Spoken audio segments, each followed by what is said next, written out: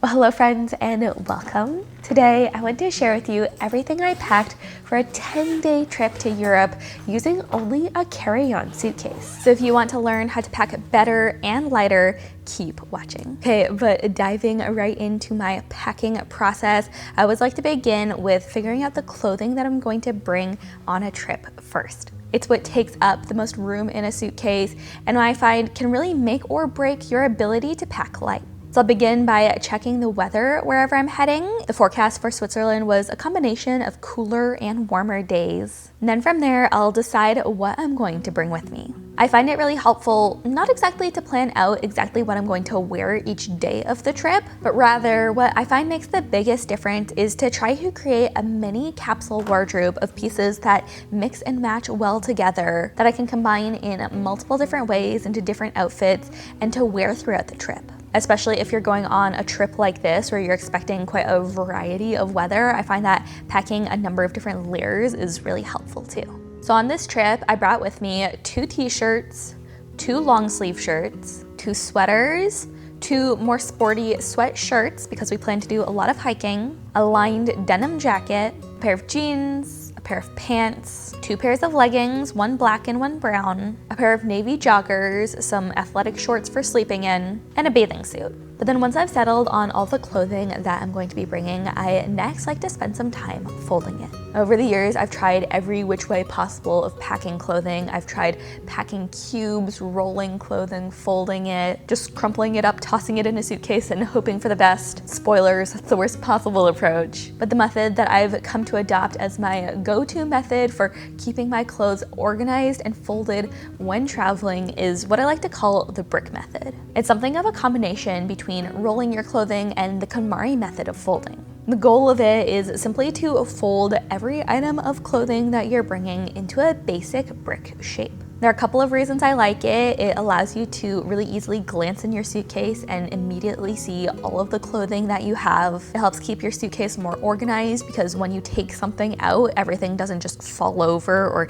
immediately become jumbled. I find that it creates a lot fewer wrinkles than other methods. But then how to fold using this method, I will say every item of clothing is a little bit different, but in general for tops, I like to begin by placing them front side down. That way any creases created are going to be on the back of the garment. Then I'll fold the sides of the shirt in, and if it has long sleeves, the sleeves down. Then I'll just roll it a couple of times to create that brick shape. Then for pants, it's a similar process. I'll fold the pant legs together, then I'll flip them so that the pants are face down, tuck in the leg if they're a bit wider, and then once again kind of fold roll them into a brick. I didn't end up bringing any on this trip, but you can also use the brick method for skirts, dresses, really any item of clothing. You might just need to tuck in a strap or fold in a hood here or there. Alright, but then with everything folded, I like to lay out what I'm planning to bring just to make sure that I haven't forgotten anything. Then I placed all my clothing, minus my airport outfit,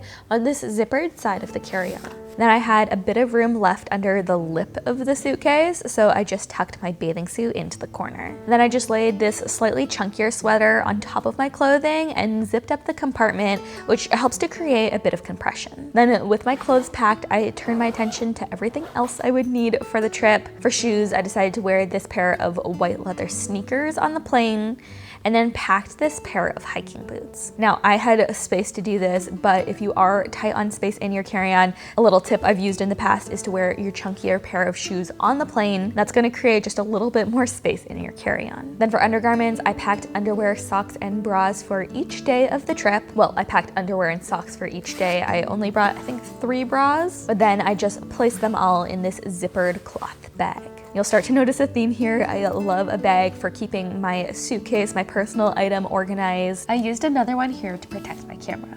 For jewelry, I love this mini leather travel case, and in it I packed 1 necklace, 2 pairs of earrings, and a couple rings. Especially when trying to pack light, I find that jewelry can be a great way just to add a little bit of fun and interest to your outfit. So I always like bringing a bit. These are some of my everyday basics. Then let's talk toiletries. I like to keep my makeup bag packed at all times. That way I can just grab it and go. But it is pretty spacious. So to it, I added my deodorant, a comb, a makeup removing pad, a hair tie, and nail clippers.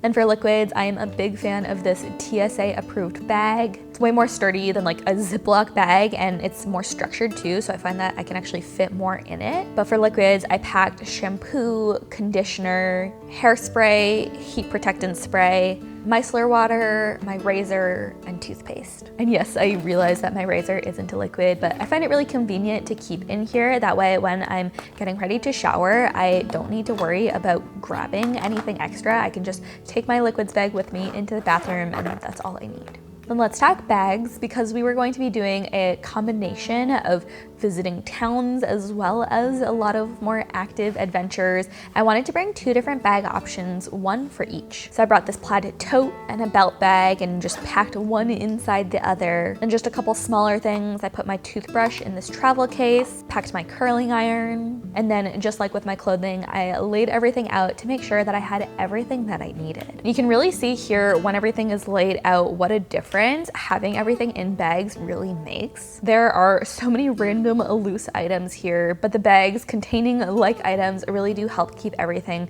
so organized and streamlined. But then I just Tetrised everything together, working my way from the bigger items to the smaller ones. Then finally, I always try to put my liquids right on the very top, because they don't always make you take out your liquids when going through security, but for when they do, I like to have it handy. But that's everything that goes in my carry-on suitcase, so let's talk now about what goes in my personal item. The first thing I assembled was a bag containing cords and adapters. I packed my phone cord, laptop charger, universal adapter, and AirPods. And you can see here too, for my personal item, I again very heavily rely on little pouches and bags. I get a lot of my bags off of Etsy, and I really like that. By having unique bags, I can very easily tell what a bag contains. Like for example, this one I always use for the contents of my purse. So in this one goes lotion, hand sanitizer, my wallet, a nail file, perfume, lip tint, lip balm, and some medicine. Then the last little bag I like to use is this Coach wristlet, and the only thing that goes in here is my passport. I find this is especially handy for the airport. That way, as I'm going through security or immigration, I can have it at arm's reach. Then again, I'll lay out all of the pouches I've assembled along with a few other things. So in my carry-on, I'm going to be putting my water bottle, my cords bag, my passport, my Kindle, my little purse contents bag. I'll be bringing my laptop, my eye mask, a snack for on the plane, some Element electrolytes for all the hiking we'll be doing, and a hair scarf. The carry-on bag that I'll be using for this trip is this black leather backpack. It's a bit smaller than my travel backpack and really sturdy, and since we were planning on taking the train a lot, moving locations several times during the trip, I figured it would be a nice bag to bring with me. So I just loaded everything into the main compartment, saving my eye mask and hair scarf for the front pocket. And then finally, in the dedicated laptop compartment, I just slid in my MacBook and Kindle. And with that, I was packed for my trip, so I just set out my suitcase, backpack, and my outfit for the airport the next day. So I hope you enjoyed coming along with me today as we packed for Switzerland, and maybe this gave you some good tips or ideas for how you might be able to pack light for your next trip. If you picked up anything new, be sure to let me know what it was in the comments below, and stay tuned for more from our Switzerland trip. We had an absolutely incredible time. I cannot wait to share it with you. But until next time, friends, thank you so much for watching, for being here, and I will see you all again very soon. Bye, friends.